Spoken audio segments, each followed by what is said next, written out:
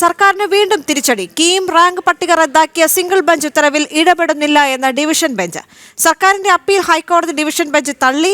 ഫെബ്രുവരിയിലെ prospectus പ്രകാരം rank list പുനഃക്രമീകരിക്കണമെന്ന single bench ഉത്തരവ് division bench ശരിവച്ചു.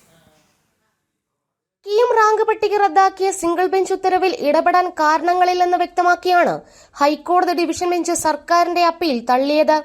വിദഗ്ധ സമിതിയുടെ റിപ്പോർട്ട് അനുസരിച്ചല്ല സർക്കാർ പുതിയ മാർക്ക് ഏകീകരണ ഫോർമുല തയ്യാറാക്കിയതെന്നും സമിതിയുടെ ശുപാർശയിൽ നിന്ന് വ്യത്യസ്തമായ സമീപനമാണ് സർക്കാർ സ്വീകരിച്ചതെന്നും ഡിവിഷൻ ബെഞ്ച് കുറ്റപ്പെടുത്തി. ഒറ്റയടിക്ക് ഫോർമുല മാറ്റുന്നത് സാധ്യമല്ല. ഇക്കാര്യം നന്നായി പഠിക്കണമെന്നും കമ്മിറ്റി ചൂണ്ടിക്കാട്ടിയിരുന്നതാണ്. ഇത് പരിഗണിക്കാതെ നടപ്പാക്കിയ പുതിയ ഫോർമുല റദ്ദാക്കിയ സിംഗിൾ ബെഞ്ചിന്റെ ഉത്തരവിൽ ഇടപെടാൻ കഴിയില്ലെന്ന് ഡിവിഷൻ ബെഞ്ച് തീരുമാനമെടുക്കുകയായിരുന്നു.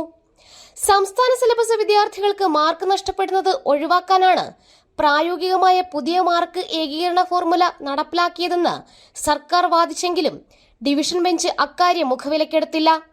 കീം റാങ്ക് പട്ടിക പ്രസിദ്ധീകരിക്കുന്നതിന് മണിക്കൂറുകൾക്ക് മുൻപ് പ്രോസ്പെക്ടസിൽ മാറ്റം വരുത്തിയ സർക്കാർ നടപടിയാണ് സിംഗിൾ ബെഞ്ചിലും ഡിവിഷൻ ബെഞ്ചിലും ചോദ്യം ചെയ്യപ്പെട്ടത്.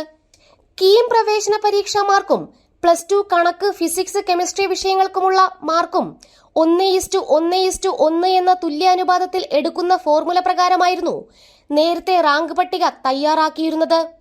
എന്നാൽ ഇത്തവണ മാർക്ക് ഏകീകരണ ഫോർമുലയിൽ മാറ്റം വരുത്തിയ സർക്കാർ 3 വിഷയങ്ങളും 300 മാർക്കിൽ കണക്കാക്കി വെയിറ്റേജ് നൽകി 5:3:1 എന്ന അനുപാതത്തിൽ റാങ്ക് പട്ടിക തയ്യാറാക്കി.